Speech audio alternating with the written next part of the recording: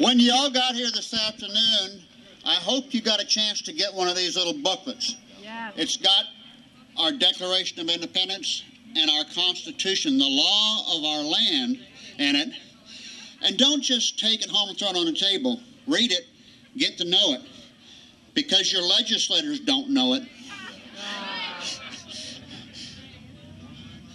Almost 50 years ago, when I enlisted in the Navy, I took an oath to uphold and defend the Constitution of the United States against all enemies, domestic and foreign. 10 years later, when I took that oath again as an officer,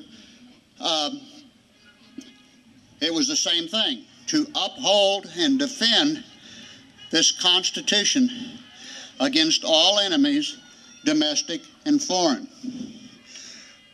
For 20 years, I did my job defending against foreign enemies, and I never thought I'd have to defend it against domestic enemies. But that's what we're here for today. Our enemies are not on foreign lands. They're in Washington, they're in Salem. And we need to tell them what this law says.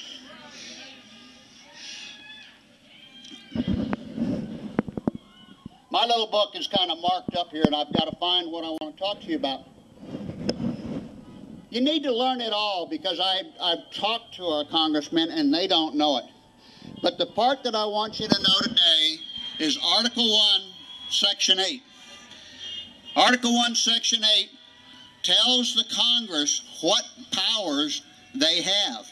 These and only these powers. To lay and collect taxes. To borrow money on the credit of the United States. They're doing a good job with that. To regulate commerce with foreign nationals and among the several states and the Indian tribes. It doesn't say within the states, it says among the states. To establish a uniform rule of naturalization and uniform laws on the subject of bankruptcies, etc. A uniform rules on naturalization. I think they're blowing it here. To coin money. Wow, they've got that one going full time now. And regulate the value thereof. Oops, I think they missed that one. To provide punishment for counterfeiting. I wonder what these printing presses are doing. Okay. To establish post offices to promote the progress of science by having patents and copyright laws, to constitute tribunals, to define and publish piracies and felonies committed on high seas. Well, we just got back to that. After 200 years, we finally got back to punishing piracy.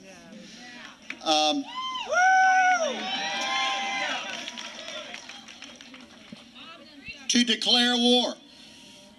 To raise and support armies, but there's a note.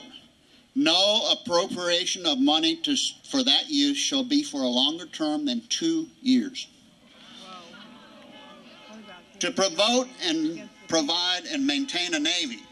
Just a personal note from myself as an old sailor, it doesn't say anything about a time limit on supporting the navy.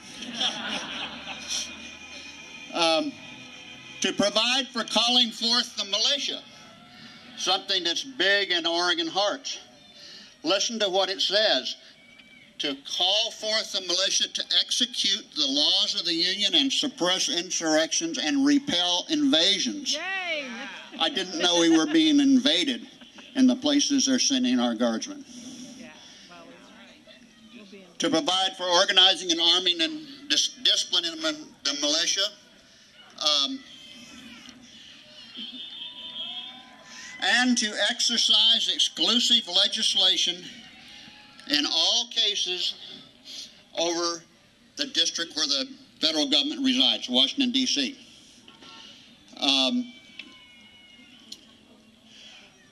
And authority over all places purchased with the consent of the legislature for the erection of forts, magazines, arsenals, and dockyards, and other needful buildings. All these government reservations are under the congressional control. To make all laws which shall be necessary and proper for carrying into execution the foregoing powers and all other powers vested in this Constitution. I think this is the phrase that they're trying to get away with. They think it's a catch-all, but it has limits because it says only those powers vested in this Constitution are legal. That's it. That's all they are allowed to do. Okay. Amendment 10 says any powers that are not listed here and are legal for the states are left to the states and the people. Nowhere in these rules does it say anything about organizing or supporting health care, organizing or supporting education, bailing out big corporations that can't make it on their own. Yeah. Okay. Our government is breaking their own law. Okay. Earlier, Gene talked to us about democracies and republics. The difference between a democracy and a republic is that a republic is based on a law of the land. Without the law, it goes back to democracy, which breaks down to mob rule. Okay. Breaking the law is against the law. And if you break a law, you know what happens to you. Well, it's time it happened to those people in our government. And the only way we can make that happen is we all need to get on their case and tell them, start following the law or you're fired.